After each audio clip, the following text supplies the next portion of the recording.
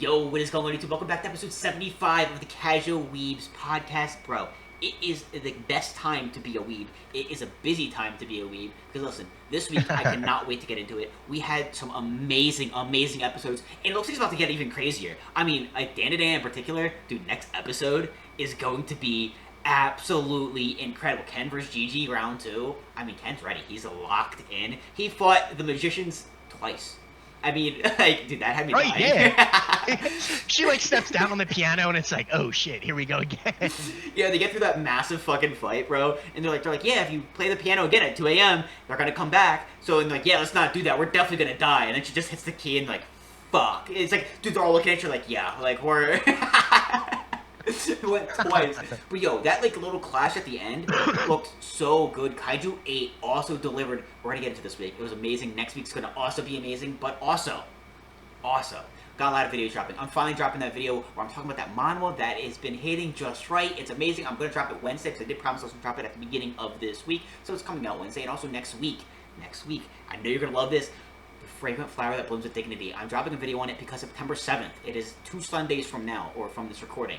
It is coming out worldwide, finally on Netflix. Let me tell you, as someone who's been finding a way to watch it, it is worth it. I'm dropping a video for a reason on it. It is really good. It's amazing. It does a lot of things right. And honestly, for like a romance, it feels good. You know what I mean? When I say it's like Windbreaker, like it's like Sakura, but like the romance side of things instead of fighting, it really feels that way. But, you know, not to spoil it too much, there's a little bit of fighting. There's a little bit of aura farming in this romance. All right. So I'm just saying, you got to keep your eyes out for it. And also, there's even more. I have the links in the description. I'm going live pretty much every day this week because, first of all, Wuthering Waves is a pretty popular gacha game. It's a lot of fun. Dropping a massive update. We're playing that. It's going to be great. Typically, if you like anime, you like gacha games, they kind of go hand in hand a little bit. But also, Kaiju 8's gacha game, I heard, is dropping this week. Alright? I got it on the wish list on Steam. If you want to play it on Steam, it's going to be for free. It looks really good. Okay, it looks good. I hear it's shit. I hear it's gonna be really bad. It's just playing off of the name. But I mean, I played you played it too, the solo leveling gacha game. That was actually It was fun, dude. It was. and like, you know what? I'm a sucker for like collabs and stuff. They like a lot of these games will have collabs with like bands or celebrities or whatever, and you're like, all right, I'll try that out. And I'm not like a huge critic, but the solo leveling gacha was sick, especially for mobile. Like you could play it like on the train or like going to work or coming home or whatever. Very accessible. Yeah, and I'm not saying that solo leveling was supposed to be like the same like way, where it's like, oh, it's supposed to be trash and it's living off the name. I had no idea. I heard it was gonna be coming out. I'm like, I don't really care. But then I ended up giving it a try. I'm like, yo, this actually like hits. I'm hearing the Kaiju 8 one's not gonna be good. It's just playing off the title. But listen, I'm gonna try it out anyways. It's gonna be fun. We're doing that on stream. So if you want to come check that out, come hang out. I'm not sure when it comes out, but I'm assuming it's gonna be like end of the week. So that should be a ton of fun. And if anything, you play for one day, get some pools, and like wish for some cool characters. You know what I mean? Like it is still a gacha at its core. It looks good enough. Like I just pulled it up on Steam. It looks good enough, bro. I'm sold. You For a free you game. really gotta pull my arm for it for free. Yeah, free gambling, Kaiju 8, I'm all for it. But then also, guys, I'll be playing a lot of my favorite and, you know, psychological horror this week, because it's also dropping an update and a new battle pass. League of Legends. We're in the mix, baby. You gotta warn people, because some people, like, despise League of Legends, you know what I mean? So, it's gonna be a fun week. But like I said, it's, like, great to be a weeb now. I mean, like, the anime games are absolutely popping off. There's so many of them that are coming out. It's becoming, like, a new thing where, like, hey, you know, an anime kind of drops, is pretty popular, let's drop a gacha game. Now, I want them to take their time with them, though. Because like I said, solo leveling was pretty good, but I feel like you could have made it a bit more professional, you know what I mean? I feel like you could have waited a year, and it actually would have been, like, way better. Right. Same thing with Kaiju 8. Please do not be a cash grab. Like, please. Because Kaiju 8 has some amazing characters I would love to pull on. I would love, like, the story, the combat. Imagine the combat against Kaijus. Like, bro, you're singing my song. Like, just take your time with it. And imagine Fearing. Imagine Fearing gets a gacha game. You know what I mean? So it's like, I want these animes to, like, drop stuff like that, but, like, take your time, do it right, don't just be a money grab. So, like I said, anime's popping, manhwa's popping, games are popping. It is the time to be a weeb. Yeah, it is amazing. But let's get into something that's, like, poppin'. Let's get into something that's called Gachiakuta. I mean, we gotta talk about it, bro. Like, it's so good. Bro, okay, reading the fight, as someone who's now, like, reading the manga beforehand and then watching it, boys, this might be bad first experience for me because, like, it's good. You know what I mean? It's not like I'm reading it and then it's like, oh, you see it animated, you're like, I don't know about that. Like, we were talking about it before we started recording. We're like, yo, we gotta stop because we got way too into Gachiakuta. We're like, we gotta record this.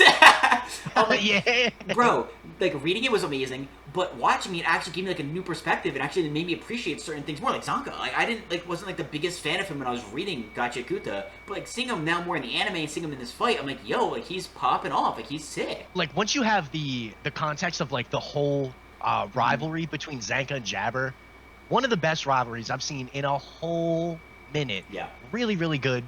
And like we were talking about it earlier, like how we felt about Zanka, and it's like, maybe not my favorite cleaner, but it was really cool to see him come up this episode and be like, I was watching, you know, you're fighting, letting you do your thing, but as your teacher, like, I'm looking for the minute to step in.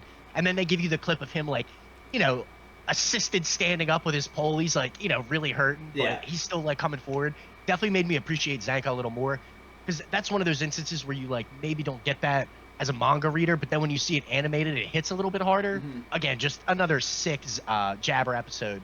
Probably my favorite villain in the series. Dude's a psycho. Bro, it's Jabber and Zanka together. It's them together that makes it so much better. Because you're right, it's like a rivalry between them, which I actually like. Particularly the rivalry is always with the MC. Zanka having this rivalry is like really sick, and like those two going at it is just so good. The animation was phenomenal, the voice acting phenomenal. But I think the reason why I think we think this way about the anime and the manga is because the manga gives such a weird first impression of Zanka, where it's like you kind of meet him and it's the poop fight, you know what I mean? So you can't take him serious.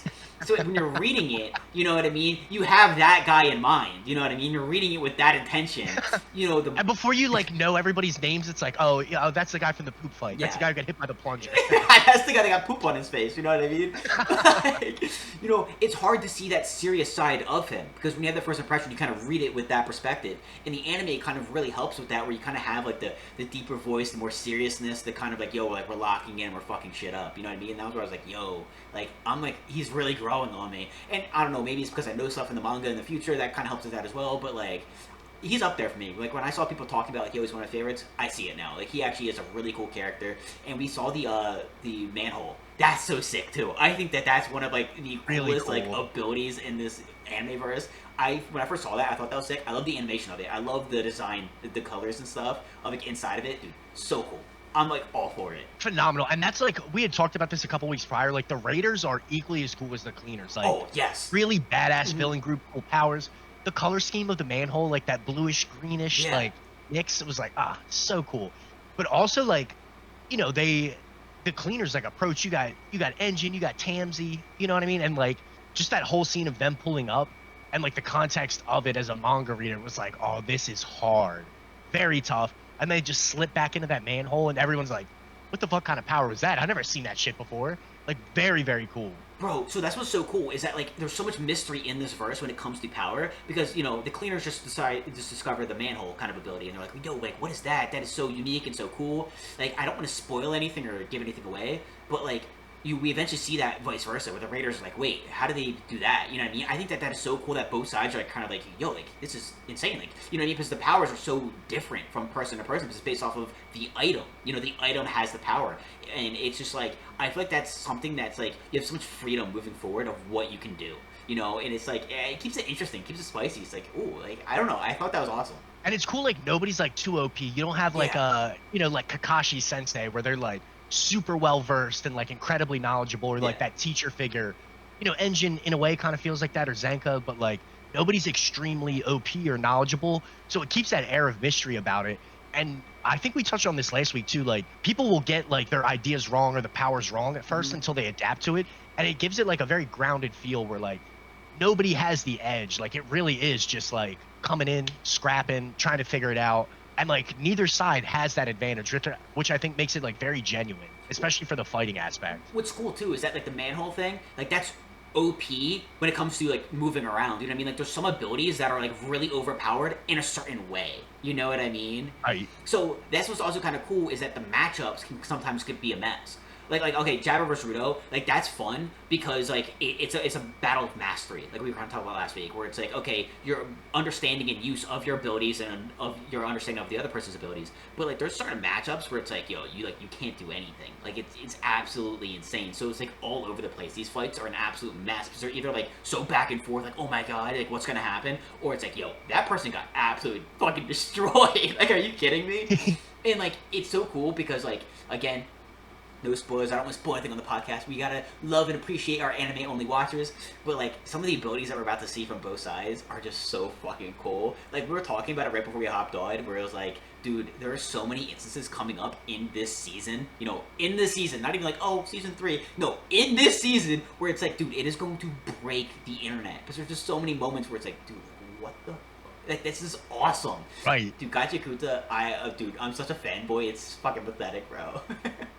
It's just like one of those instances where like, and Jujutsu Kaisen was very similar for me. Like you get into the manga, the art's awesome, the characters are awesome, and the anime starts hitting and you're like, yeah, this is like peak fiction. This is fucking what 13-year-old, 12-year-old me like was looking for all along. Gachiakuta delivers that because the art is sick. The author does a really good job of like giving you a little bit of everything. It's very grounded, like not too extra. And like, yeah, we get a 24 episode season, so we're going to see a lot. We're going to have a lot cooler moments than we've seen so far. And I think as it progresses through, you know, whatever December when it's slated to end, people are going to love Gachiakuta. It's definitely going to be one of those like next gen most popular animes. Bro, I'm like dying because everyone like, okay, so since it's like getting more popular, you know, people are like getting more information about it. They're seeing more stuff about it on like their feeds and stuff. Someone saw who the artist was for Gachiakuta, like the author, and they're like, oh, that makes sense. A baddie making a baddie. Like that makes perfect sense. Because they're like, dude, they were so like blown away by it. Like, yo, like she's nice, and then she's making an insane anime. And like that makes sense. A baddie making a baddie. Like, all right, I get it. And I'm like, bro, like that's so funny. But like it's insane because Gachiakuta really is like a masterpiece. I think like so people like bring it up, and I've been seeing a lot about like the female artists and authors and stuff. Like they've been making pieces recently. Like there's a lot that are coming out where it's like bro. This is like killing it. It's like, oh, female artists. It's like, yeah, honestly, like I'm buying stock. Like that's isn't Apothecary Diaries written by a female? I think Fearin is as well. Like it's insane. So I'm like, hey yo, we gotta make everybody have. That's why I think like the internet is becoming so cool for like manga. You know, it's not just like printed. It's giving more people access to create.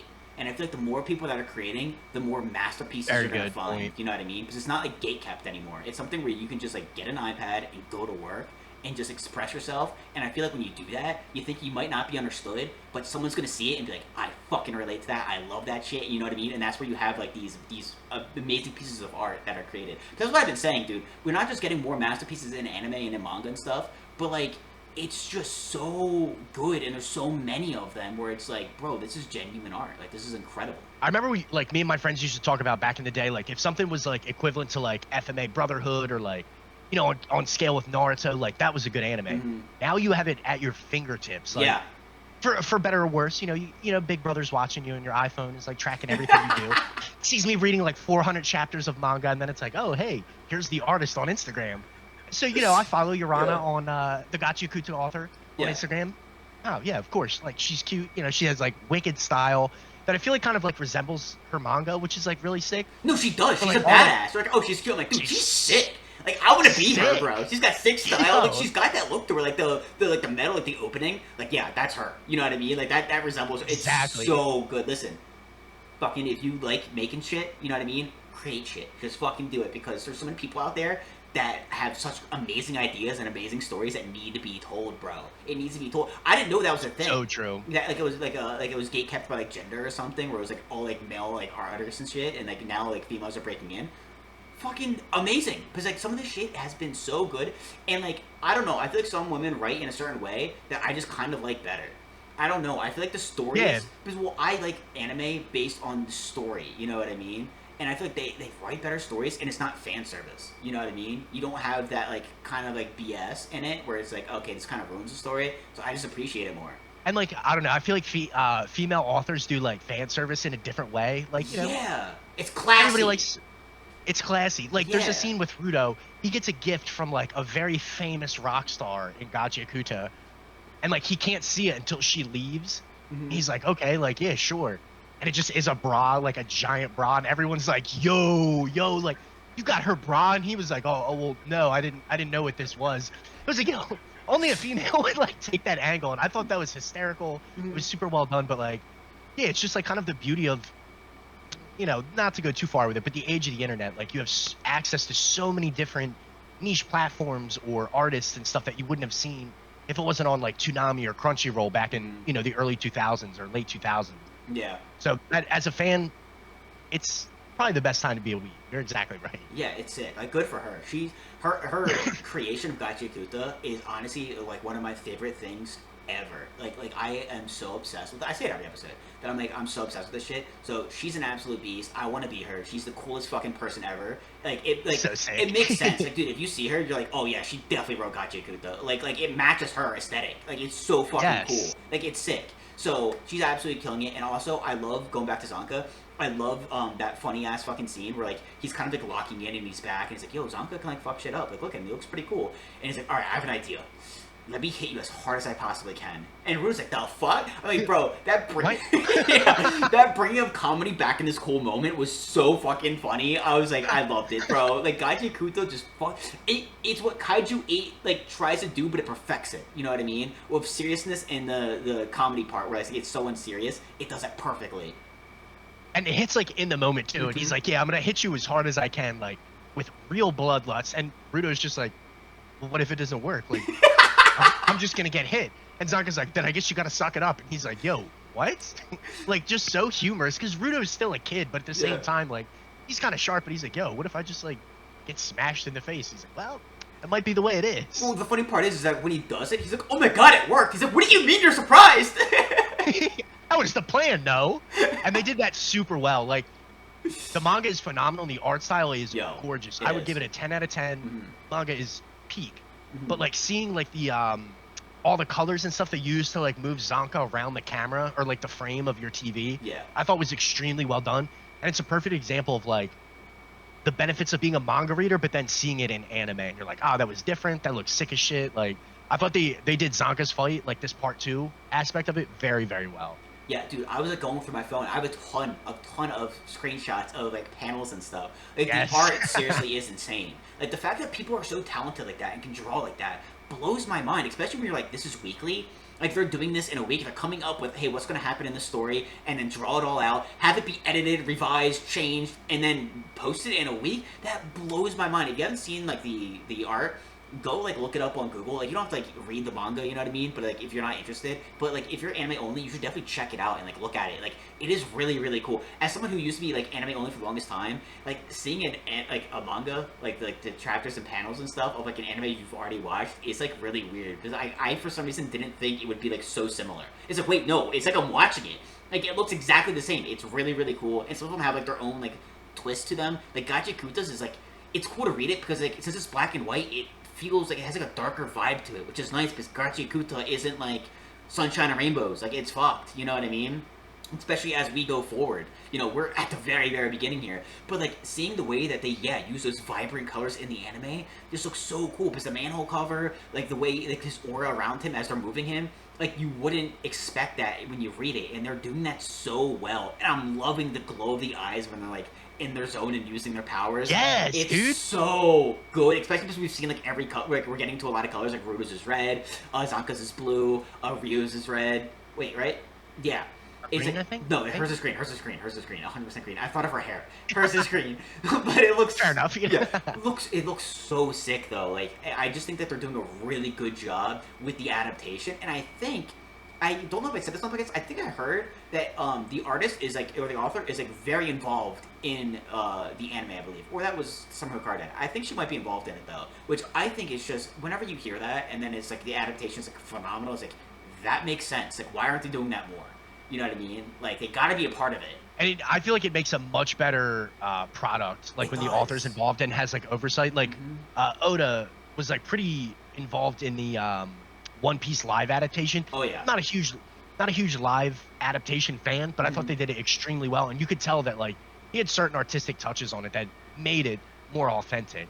I think Urana's an absolute beast, and having her like kind of guide where some of the animation goes, I think it shows. Like, it's very true to the manga, but at the same time, like, it's fresh, it's exciting, and you're getting things as a manga reader that you didn't get when you first read that chapter.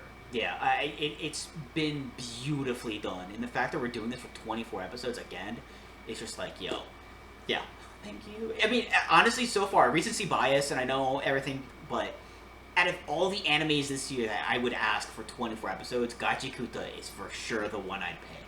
Like, it... Agreed 100%. Yes. Like, we're about to get so much stuff again in the season 2, where she's like, yo, I cannot wait for some of this stuff to get animated. Like, there's so many moments, not just fights, but just everything. It's just... I think we can say this. There's a certain place that they visit, like, with artists and stuff, that I think is going to be so cool to see animated with colors. I think that's going to be fucking amazing. But anyways, as we completely talked about Gachiakuta non-goddamn stop. There is other animes. There is other animes this week, by the way, that have popped off and that are incredible. What are we going to talk about next? I mean, I'm down for Kaiju 8. That shit was fucking insane. Kaiju is getting crazy, dude. Dude, it is. And I want to preface this with saying, I called it last week. You were right on the money, and hopefully by the end of the episode, you were like, no. Yeah, I was locked in here. Because that scene with Ichikawa fucking testing with number 6, I was like, yo, spot on. Really, really huge episode as far as like the rest of like the layout for the rest of the story. I think this was very important, and they kind of introduced it in a really good way, but also very broad, like very in your face. You got Hoshino talking to Kaiju number 10. We learned that Kaiju number 9 created number 10, which is like a huge lore bomb. Yeah, what the fuck? And then we also got Ichikawa testing to like, you know, have a Kaiju weapon. And it was kind of cool to see him like in front of that whole like panel of officials. They're like, we got this one young promising guy, like guy's kind of a stud. I think he would fit number 6. So it was cool to see him kind of lock in. And then his director too was like, or like his squad leader, his captain was like, you should probably say no. Like, I shouldn't say this as a Defense Force member, but you should say no. Like, it'll take years off your life. It's just not worth it. He was like, locked in. We're doing it. And then like after the first test, he's like, I'll give you a month. Like, I want to see you make this happen. Like, we got to make this shit work. Super, super good episode. You know what's crazy about the Ichikawa thing? When they were like talking about, oh yeah, we had someone who's like average, you know, average grades, average performance, you know, but they tested DNA-wise that they might, you know, be a good match. You know what I mean? It was kind of like showing clips, and it kind of looked like the pink-haired dude. Like, is the pink-haired dude about to get a numbered kaiju? The first one they show is Iharu, and I'm like, there's... Alright, I already read the manga. I'm like, yo, easy. They show Iharu first. Like, it's definitely going to be him. Thank you. Yeah, I was like, what's going on? And then like Ichikawa, I'm like, yeah, okay, that makes sense. I was like, I thought it was a pink-haired guy. And I'm like, that'd be such like a twist. That'd be like out of nowhere, like the side character is getting a fucking numbered weapon. And I was like, what's going on? They completely threw a curveball on us there. I was like, all right. And like they set it up, and then you know Ichikawa comes like over the top and kills the kaiju. But I was like, all right, definitely tried to set Iharu up there. Like, but they even showed it in like the screen where they're like where they're showing the test and stuff. Where it's like a pink-haired dude with like the triangle. I'm like, wait, what? And then they showed the combat, and then they showed him again. I'm like, okay, it's the pink-haired guy. And like, okay, and it's like, oh yeah, Ichikawa. And I'm like, that makes way more sense. But like, what is this? What is this? Oh, what is this? What is going on? What is, like, I'm so little play action. Yo, for real, they got me good, bro. I completely fumbled that. But what is really, really cool too that I want to bring up is that I saw people talking about this. Mina doesn't have a numbered kaiju weapon. I was like, yo, that is actually so true. Everyone we keep talking about, all the captains have these numbered weapons, and they're a beast. But Mina, the first one we're introduced to, doesn't. She just has a big ass fucking gun that she like snipes people with. And people were talking about like, yo, should I really need one? Because like she's ranged, you know what I mean? She doesn't need to be up close. Not to mention she's so strong. She doesn't need one anyways. And on top of that, it takes, you know, years off your life. Like, you really shouldn't have one because it takes you off the field sooner. True. You know what I mean? He even said it. Like, his captain, Ichikawa, was like, hey, man, like, most people that have one, they don't usually make it out of the defense force. Like, it's very few. You know, so Mina's able to, like, be this strong, be this badass. She's not using some weapon that's carrying her. That's something I feel like we need to, like, recognize and appreciate and talk about more. Because, I mean, Narumi, bro, he's got 2. He's got the spear, he's got the eyes. Like 2. Kafka's Kaiju 8. Ichikawa has number 6 now, which is like the most dangerous. What's the one dude with the double swords again? It starts with an H. Hoshino. Dude, I'm so bad with names, but I'm getting there. Hoshino's got 2, he's about to get Kaiju 10s as well. But Mina, she's just like, nah, I'm good. I have a big ass gun and a tiger. It's called you guys have skill issue. You know what I mean? Like, that's fucking awesome. I want to see her back, by the way, though. No way you bring her in season 1, make her this absolute beast, and then bench her. Nah, I understand you're trying to bring in the other captains and introduce more of the defense force. Bring her back. I want to see her take down another kaiju. She's awesome. It was kind of nice seeing her again at the meeting, because we ended up seeing that, you know, each of the divisions hate each other. Makes sense. They're super competitive, you know, especially with the public eye. They're talking about, like, it's like battle recognition. I like how she was just kind of there, just kind of chilling, like, hey guys, can you, like, shut the fuck up so we can, like, move on? Yeah. Like, she completely ripped Narumi apart. Like, he's like, hey man, like, you're hurting my feelings, like, relax. Dude, so good. And you know what? I've literally read every chapter of this manga. I watched almost 2 full seasons and never once, so I was like, damn, Mina doesn't even have a numbered weapon. She's just that strong. Yeah. She's just OP as fuck. So, like, shout out to Mina, and I feel like that kind of, as a regular person, scales her to be, like, the best. She doesn't need a number. She doesn't need a kaiju. She just needs a big-ass gun and a tiger, and she's stronger than everybody. So shout out to Mina. That's pretty sick. It kind of, like, adds to the lore with Kafka, like, trying to stand next to her. Like, pretty much the GOAT. You know what I mean? Like, she's the most prolific young person in the Defense Force. Dude, she's absolutely insane. So, again, hopefully she gets brought back in, you know what I mean? Hopefully it's kind of introducing everybody for, like, the one big fight. Because that's what they're kind of, like, leading and kind of, like, hinting at towards in this episode, where it's like, hey, guys, we are finally at a problem where it's too strong for any one of us. You know what I mean? We need to work together, band together, and work, and, like, just, like, defeat this thing. We need to get stronger together. So, hopefully, you know, they're kind of introducing everybody, but then everyone kind of, like, you know, kind of like pops off here. I mean, Kaiju 9 is going to be an absolute disaster to kind of like defeat. And I'm hearing that like they kind of ended the Kaiju 8 manga like pretty early and kind of had like one real arc. And it seems like Kaiju 9 is kind of like the villain. Kind of makes sense. How do you top Kaiju 9? You know what I mean? Like, he created Kaiju 10. He pretty much can't die. He's incredibly intelligent. He can take people's memories. He can turn into them. Like, this guy kind of is the final boss that they just gave us episode 1, pretty much. Well, it was like, what, episode 6? But like, still, same difference. You know what I mean? No, you're so right. And they set him up to, like, grow into this main villain extremely well. And, like, once you get the real backstory that I've, like, brought up to you 400 times, then just keep spoiling for you.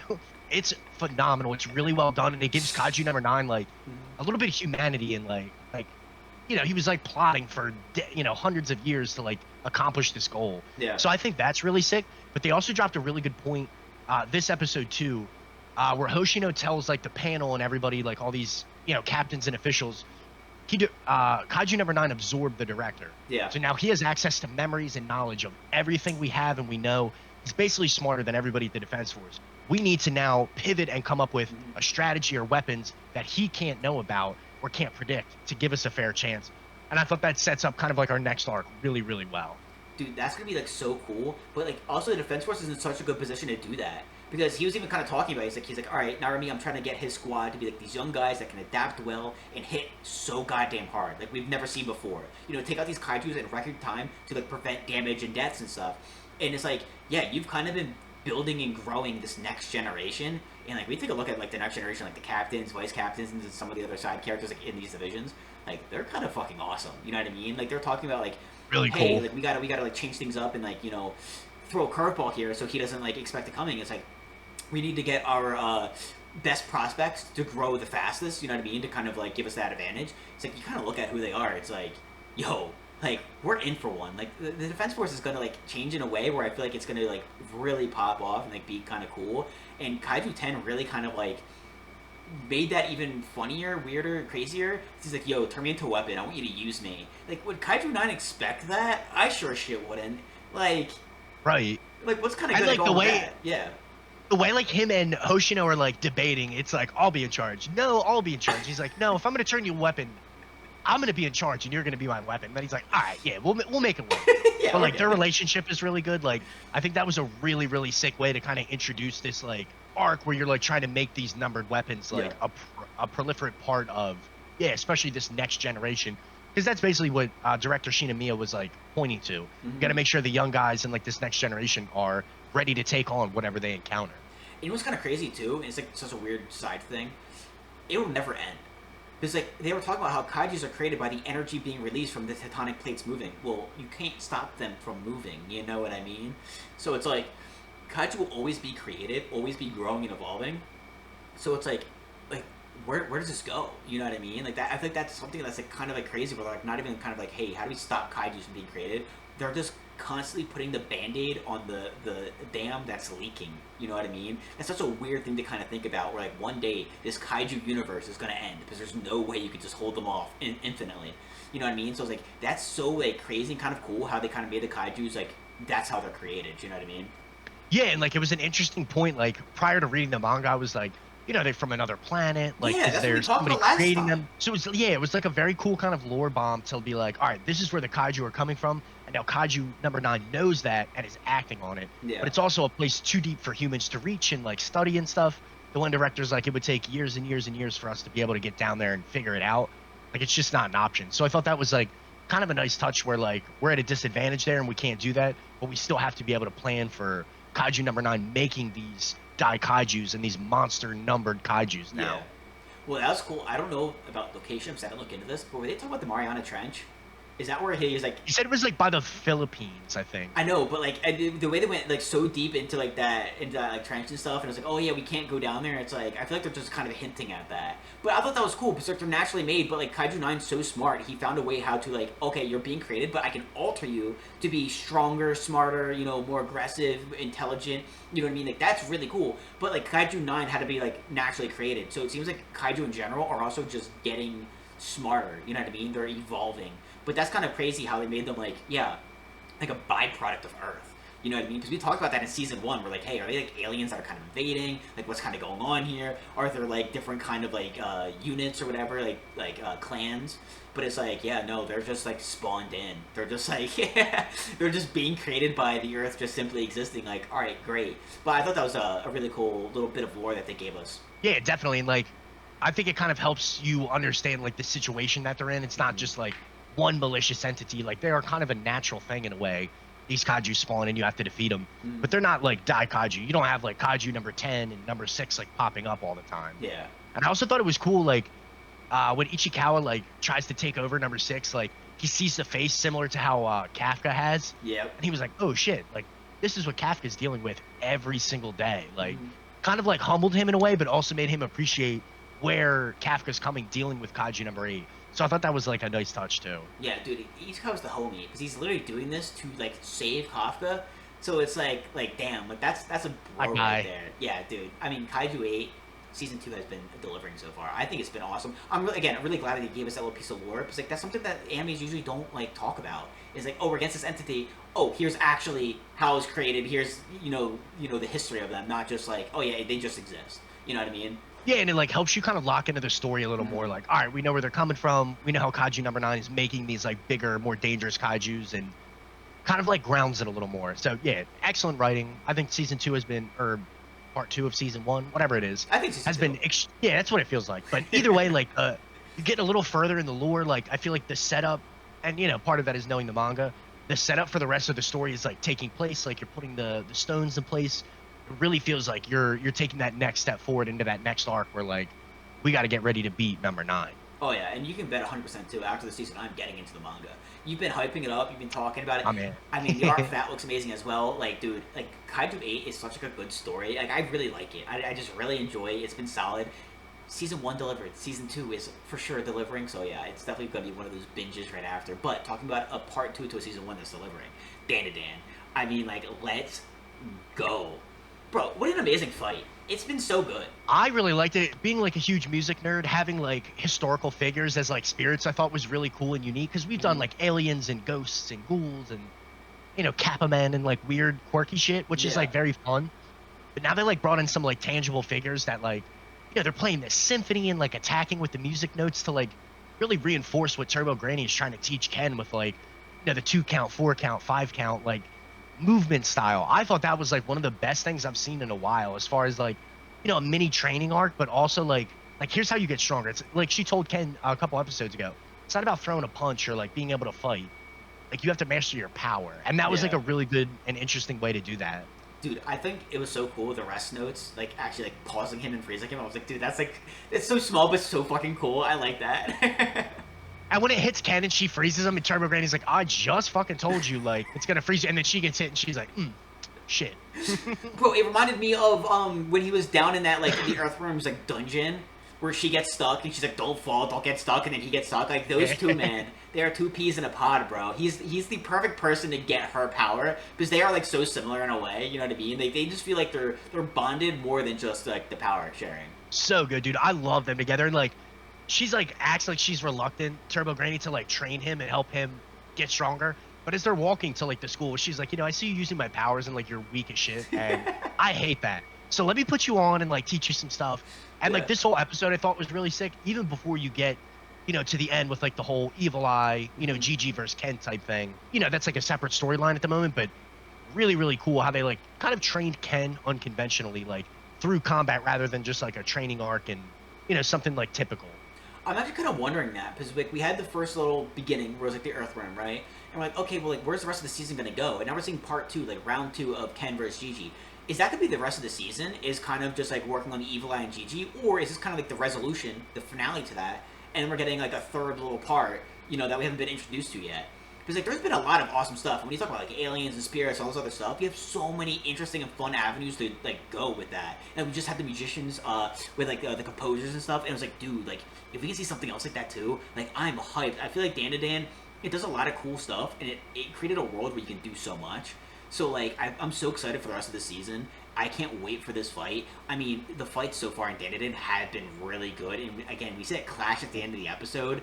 It's like, bro, this fight is going to be lights out. I cannot wait for this. Seeing Ara fight too was really nice as well. Like she's really cool too. Like they all have like cool powers and abilities. So like it was nice to see her kind of being brought back. And hopefully her and Gigi kind of stay throughout the series. You know what I mean? And they don't kind of like branch off again. I agree. I feel like Ira made a really big impression and a very good impression in this like whole training episode. Because like it's a bridge episode. Ken gets stronger. Now we're gonna square off with Evil Eye and like kind of see where he's at, see if he can kind of tame him in a way. Ira's like pretty advanced, and we see that by like her movement and the way she attacks some of these like symphony figures when they're like pouring the people out and like rushing them. Ira does a really, really good job. And it was cool to kind of like reintroduce her in a way and then be like, oh yeah, acrobatic Silky, her powers are still nice as shit. Yeah. And like Ken really appreciated it too. So like also like the dynamic when she's like all cutesy with Ken because she likes him. And she just talks straight shit to Turbo Granny, like calls her a vomit furball and all that stuff. I love that. Like the character dynamics are always super good. But it's also with Momo too. Like Momo's like, "Where were you?" And with this bitch. yeah. The way that I love how Ira like puts herself on like a pedestal almost, but then she'll like be with Ken and she acts like she doesn't. She's all cute. Yeah, dude, it's so fucking funny. I love the dynamic of those three. It really is so good. But that is funny when they came back and Ken's just like, "Yeah, Gigi, it's on site now. Like, get out here. We're fucking fighting." I love that whole thing. It's like, hey, like, what's going on? You know what I mean? And he's like, we're throwing down. Get the water. Like, bring this bitch Evil Eye out. Like, I'm gonna go take him out. And Granny too was like, all right, like, we're not gonna call the Exorcist. Like, let it happen. Like, this needs to happen. You know what I mean? And although Ken's just like, I'm gonna kick the fuck out of him. I don't care if he wants friends. I'm gonna beat the shit out of him. I got you, Gigi. He needs his ass whooping. You know what I mean? So Ken's locked in. He's got the confidence, the swagger. You know what I mean? And now he's got the power boost. Yes. The power boost. You know what I mean? So I cannot wait for this. This is gonna be so good. I also cannot wait again for the rest of the season because like I don't know what's next. You know what I mean? Like where do you go from here? Like what's gonna happen now? And it's like I have complete faith. Like it's gonna be really cool. I do too. They've led us into like different arcs and like training moments and stuff like that very, very well through the whole show. So I have no idea what's coming next, but I'm looking forward to it. Oh, and I thought it was really cool. It's the fucking lady from the town. I completely forgot about that. I was just thinking, like, you know what's really cool about DanDaDan is they keep bringing people back. You know what I mean? It's this constant, like, like merry-go-round of, like, someone's here, now they're gone, now they're back. You know what I mean?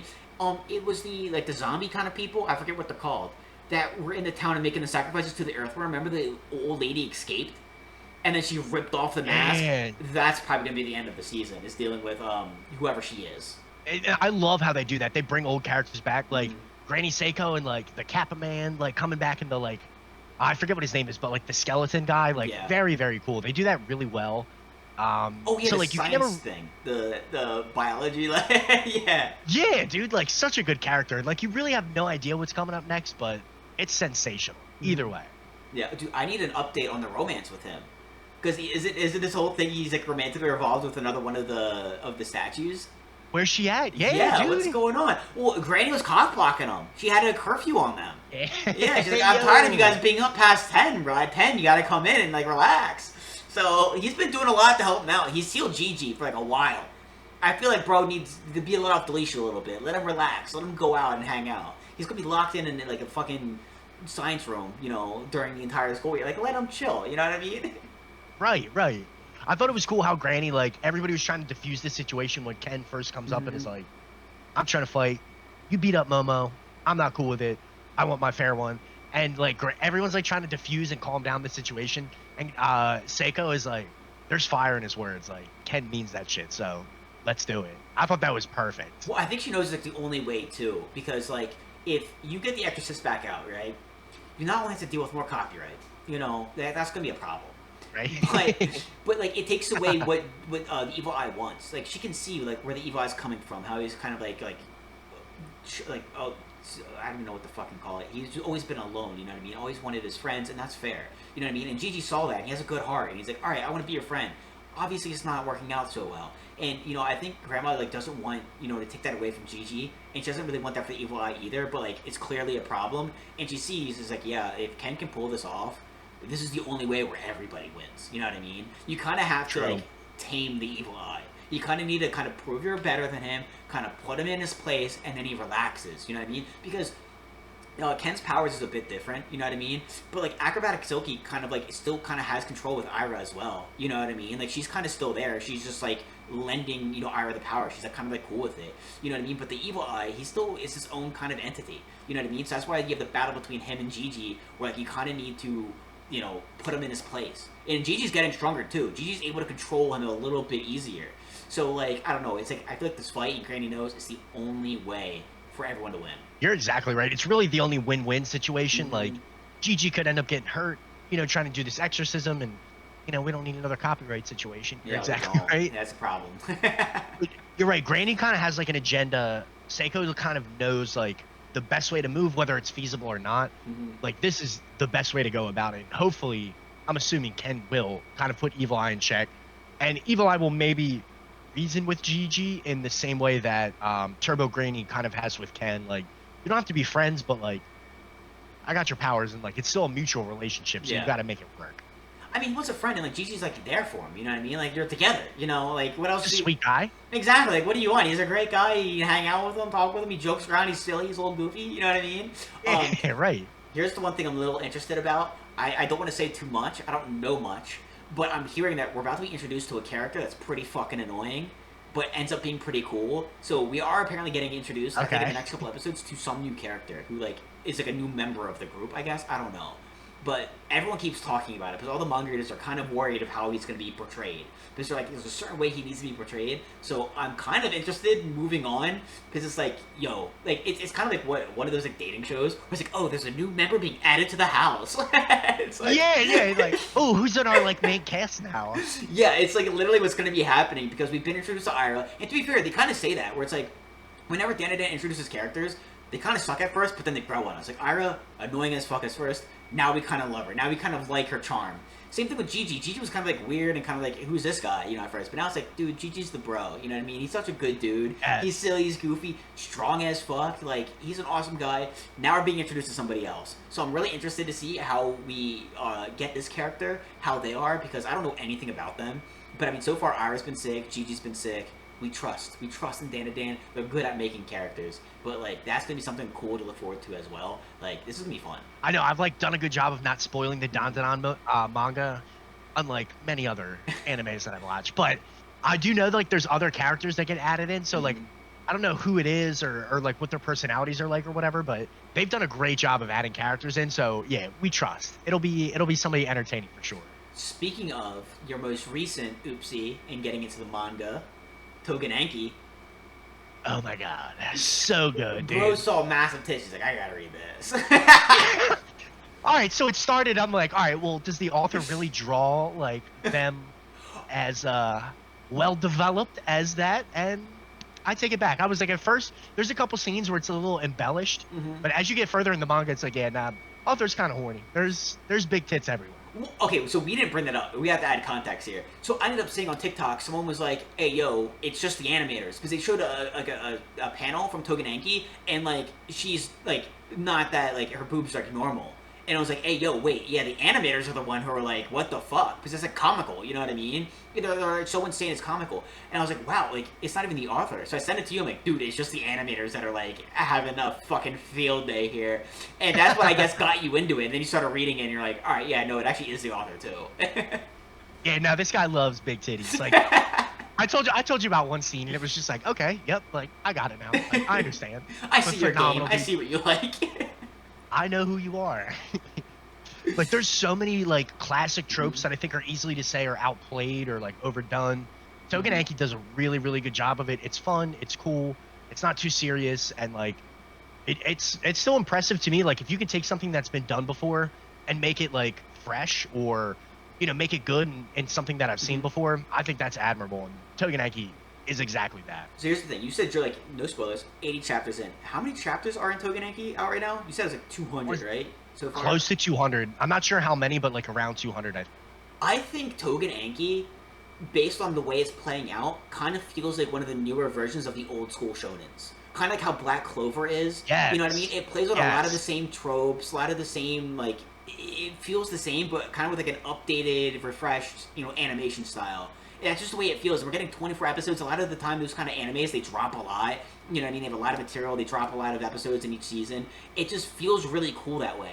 And I don't know. I feel like I always like when we get animes like that. Like, they have their own unique charm to them that's, like, really enjoyable. You always got to have a couple of them on the rotation. You know what I mean? Yeah, you're exactly right. It does have that old school shonen kind of feel, and like I think they take it a step further and kind of add like a newer element to it that I really appreciate. I won't spoil kind of like what they get into, because it is a really long season. We got 24 episodes, which is gonna hit. We're gonna get some sick shit from Tougen Anki by the end of the season. And I think like the whole main cast, they don't necessarily dive into them as deeply as maybe say Kaiju number 8 or DanDaDan, where like your side characters are extremely important, but a couple of them are like very, very relevant, and they're cool as shit. So I think it's a perfect time to get into Tougen Anki. It's fun, it's exciting, the fights are really cool, but at the same time, like, when you know what's coming ahead, really sick. Very worth it. Again, this is another anime where I'm really excited for like the next episode or two, because why do they all have Tashiki? This dude pulls up with this fucking gorgeous coffin, by the way. Like, what the fuck's in that? Nice. Yeah, very clean. That is fancy. That is high society. That if I can get a coffin like that, I'd die tomorrow. You know what I mean? Like, that's the good living in the afterlife. You know what I mean? Pulls up with this like gorgeous thing, and he's like, "Yeah, like we gotta find Cheeky." It's like, why? Like, is he like the key to this thing? Like, what's going on? What are you trying to resurrect? Is there a fucking vampire in there? And you need Cheeky's blood to bring it back? Like, I'm so confused.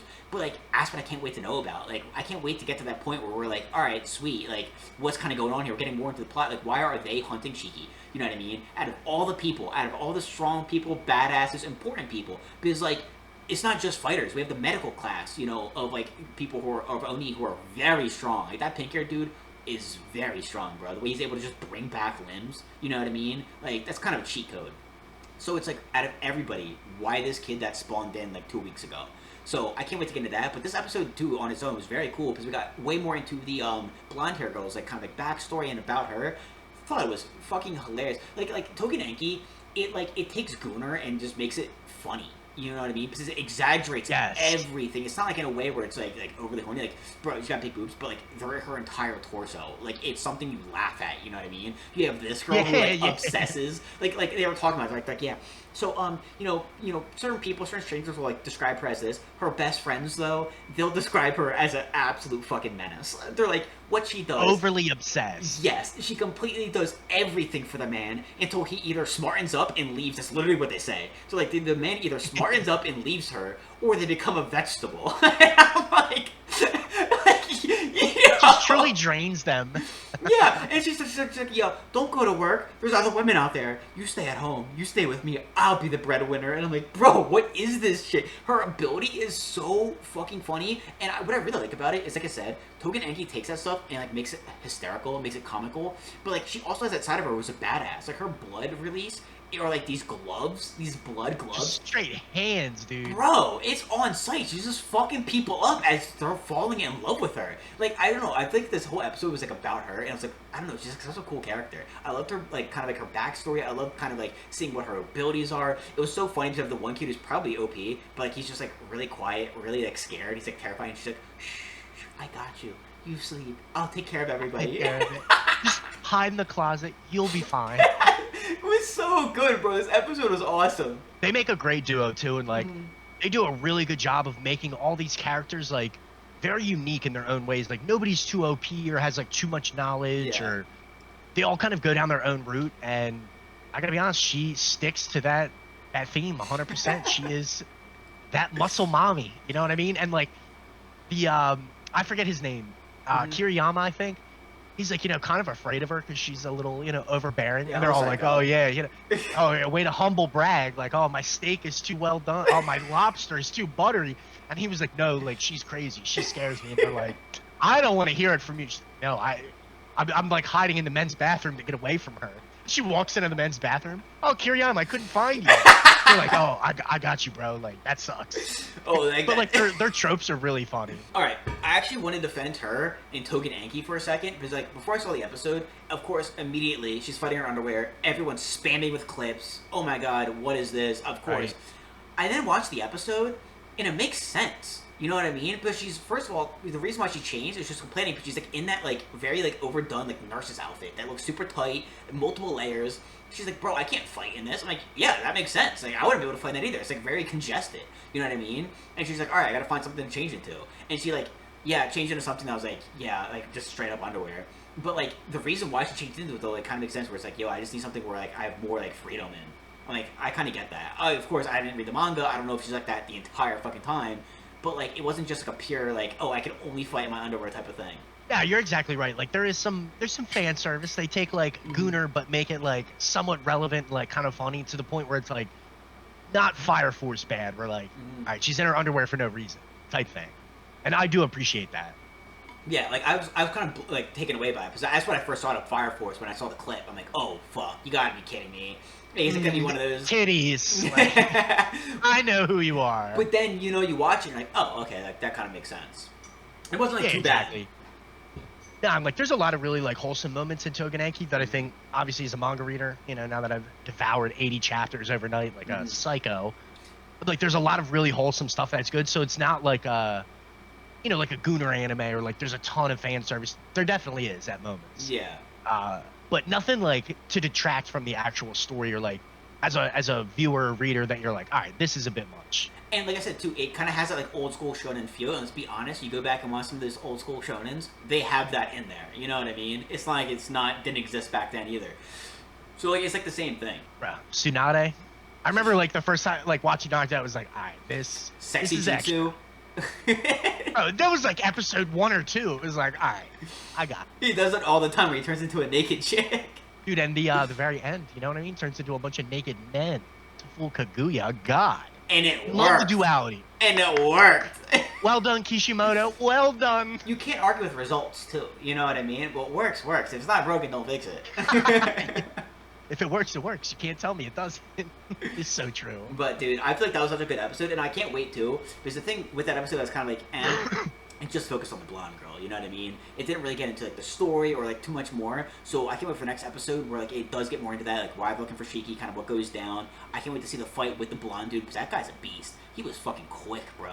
Like he could have killed the doctor dude at any moment. He was just playing with his fucking food. Like that was insane. So I cannot wait for that to more develop and to kind of like branch out into this world and kind of get to know it more and see these fights and these interactions and this plot develop. After a couple weeks, like, yeah, this fight will really pick up and like it'll really set the stage for like who's OP. Like we'll really learn a lot more about certain characters, and I think that'll be extremely exciting. But we're right there. It's right at the precipice of Tougen Anki, I think, really blowing up. So this is like episode 7 or episode 8, I think, out of 24. So like you're a quarter of the way through the season. You got way more to like pile on top of. I think it's like the perfect pace so far to like really get people hooked and be like, oh shit, this is like got old school shonen vibes, but kind of like with a modern twist. It's good. Yeah, and like here's the thing, like Gachiakuta, I think could do 12 episodes, right? It's just so good. It's amazing. It's incredible. I'm just glad we're getting 24. It's just more the merrier. Tougen Anki, though, I do think is going to end up needing 24. And it has 24. Agreed. I feel like it's going to be kind of like that Free Run vibes where it kind of has a slower burn, that build up. So I'm really glad they did 24 so it doesn't take away from it. You know what I mean? If you did 12, it might not have the same level of success or enjoyment. So 24 for Tougen Anki, I'm really excited about. I agree, because they do like a lot of school stuff and like school training. Like Mudano, the teacher, like literally teaches them like, all right, here's class for today, XYZ exercise.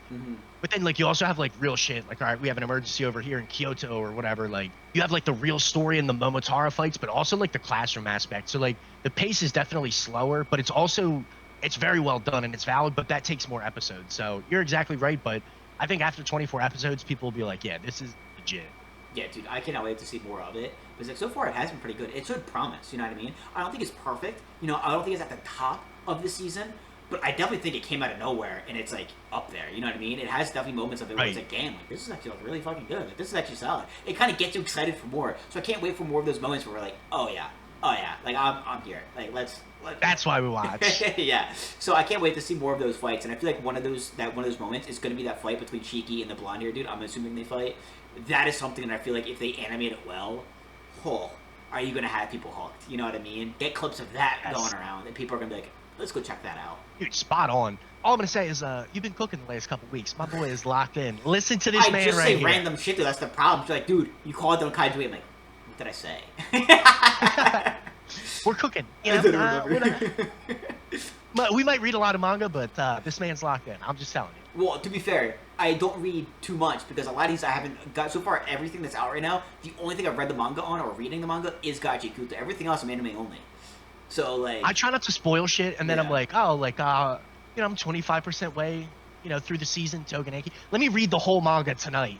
See, we just I don't do that. 80 chapters. Because when the anime's out, I'm like, I'm just gonna watch the anime, you know what I mean? Gachiakuta is the only time I've ever done that where I'm like, dude, it's just so fucking good. And then I end up reading stuff that doesn't have an anime yet, you know what I mean? But like, I don't blame you. I'm kind of getting to that point where I'm like, with you, where it's like, yeah, this is really good. You know what? Quick, just a couple chapters before bed. Just a couple. Yeah, let me just see what happens next. Oh, and then I'm like, oh man, that story was great. Like, dude, I have no self-control, dude. Zero. Bro, I'm getting to that point too. I'm almost there. But yo, can you blame us with a season like this, with anime like this? It is just so good. It is amazing. Is there anything you wanna add? I mean, it's been incredible. It's dude, To Be Hero X, all the Netflix stuff. Lord of Mysteries is still rocking, even though it's incredibly complex. You know, we'll need a minute to like process that, but it's literally the best time to be into anime, to be a weeb. Everything is popping off like at full throttle right now. Like, there's just no better time to watch. Just dive into Crunchyroll, and you know, One Piece is really rocking. They've got some like heavy shit going on. Everything is peaking this summer. Summer 25 is the truth. Dude, I completely forgot to even bring up To Be Hero X. Yeah, it's so fucking good. That episode with everyone fighting was so good. I didn't even like remember that. I'm like, dude, Dragon Boy just dropped, didn't it? I gotta go watch that. I've been so busy, bro. I forgot. Bro, I cannot wait for that. To Be Hero X has been absolutely cooking. Again, we dropped a video on it about the Johnny's arc and also like the Tower arc. It's kind of like the Civil War they had. It was absolutely incredible. Like, seriously, like if you ended up dropping To Be Hero X, that is the arc. Get back on it. The comeback. It is, oh my god, so good. So that season's going to be coming to a close soon. Holy shit, is that going to absolutely explode. Bro, I cannot wait. It's peak. We're living in peak right now. I'm like, we called it in spring and last winter, like, oh, this shit's gonna be amazing. But now that we're in it, man, like, it's just perfect. We're eating good. It is amazing. So hopefully you guys are enjoying. Hopefully you guys are gonna have a phenomenal rest of your week, and hope you guys are excited because this week is going to be amazing, like last week and the week before and the week before and 4 more weeks before, because it has been phenomenal. But anyways, guys, that is it. Have a great week. See you guys later. And peace. Peace.